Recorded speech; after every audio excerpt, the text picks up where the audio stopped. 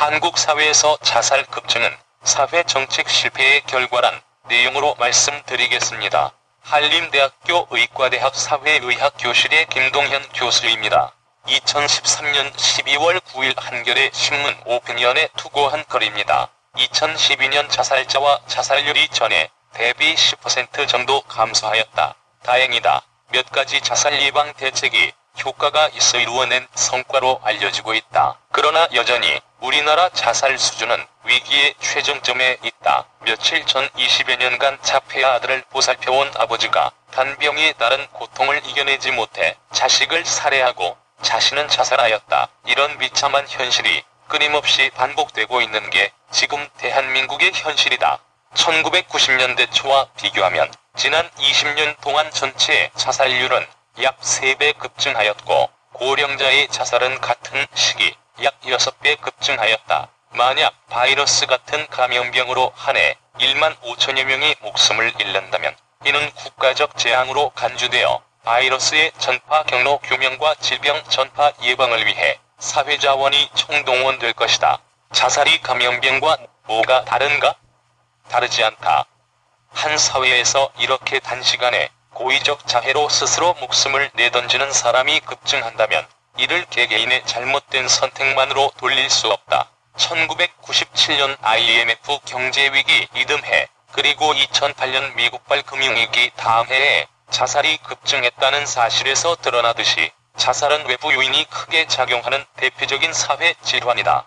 그런데 이러한 경제적 충격이 우리나라만 덮친 것은 아니다. 대부분의 아시아 국가들이 IMF 경제위기를 비슷한 시기에 경험했지만 자살률이 우리처럼 치솟지는 않았다. 일본만 해도 자살률이 증가는 하였지만 이후 같은 수준을 유지했다. 우리나라만 1997년 이후 지금까지 지속적으로 가파르게 상승하였다. 2008년 금융위기의 발원지인 미국의 경우 이로 인해 이전 추세 대비 인구 10만 명당 약 0.5명의 초과 자살자가 발생한 것으로 보고된 바 있다. 그런데 우리나라는 금융위기의 여파로 이전 연도에 비해 인구 10만 명당 5명의 초과 자살자가 관찰되었다.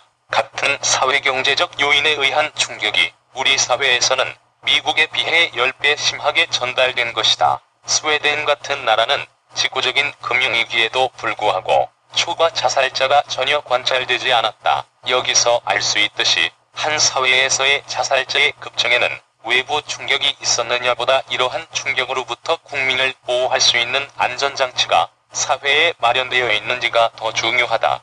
나타난 결과로 보면 우리 사회는 다른 국가와 달리 외부적인 충격으로부터 국민을 지켜낼 수 있는 안전장치가 없었고 이러한 장치 마련을 위한 사회 정책을 수립하지 못하였다고 할 수 있다. 그런 점에서 우리 사회의 자살 급증은 지난 시기 진보, 보수 정권을 떠나 총체적인 사회 정책의 실패에 기인한 것으로 보아야 한다.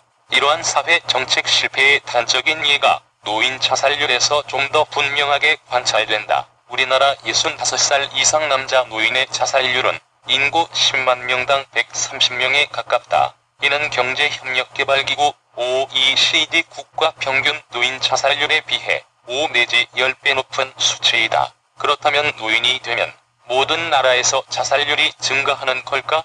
일부 그런 나라도 있지만 모든 나라가 그런 것은 아니다. 노르웨이나 뉴질랜드의 경우 나이가 들수록 자살률은 급감하여 연령군별 비교에서 노인의 자살률이 가장 낮다. 일본의 경우도 중년의 자살률이 노인보다 높다. 우리나라에서는 지금으로부터 20여 년 전인 1990년께를 보면 연령에 따른 자살률의 차이가 거의 관찰되지 않는다. 우리나라 노인 자살률의 급증은 최근 10여 년 사이 새로 나타난 현상이다. 왜 그렇게 되었을까? 이를 어떻게 설명할 수 있을까?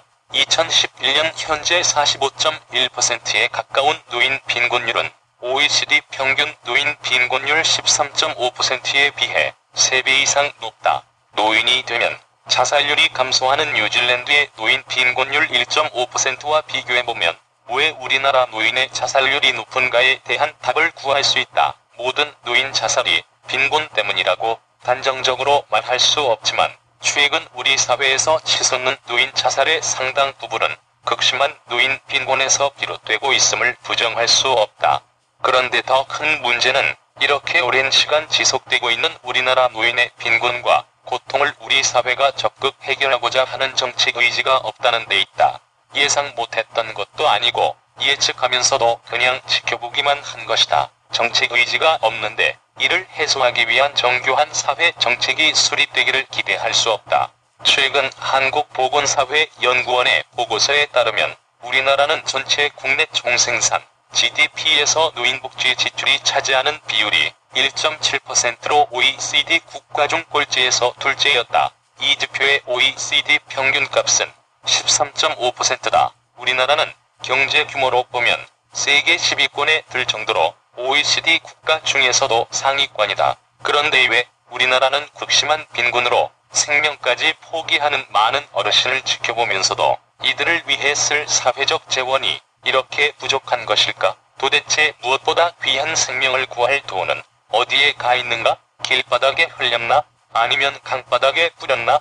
이러한 현실을 보다 못한 사회 각계 각층의 인사들이 자발적으로 참여한 자살예방행동 포럼 www.wooriga.org의 창립대회가 지난 3일 백범 김구기념관에서 열렸다. 이날은 16년 전 우리나라에서 IMF 경제위기가 본격 시작된 날이기도 하다. 포럼은 발기 선언문에서 자살을 개인의 선택이라고 이야기하지 마십시오. 정부, 사회, 언론을 향하여 우리가 하나의 목소리로 이야기할 때 우리가 바꿀 수 있습니다. 그리고 자살을 막기 위한 행동을 우리가 시작할 때입니다라고 소리 높여 외치고 있다.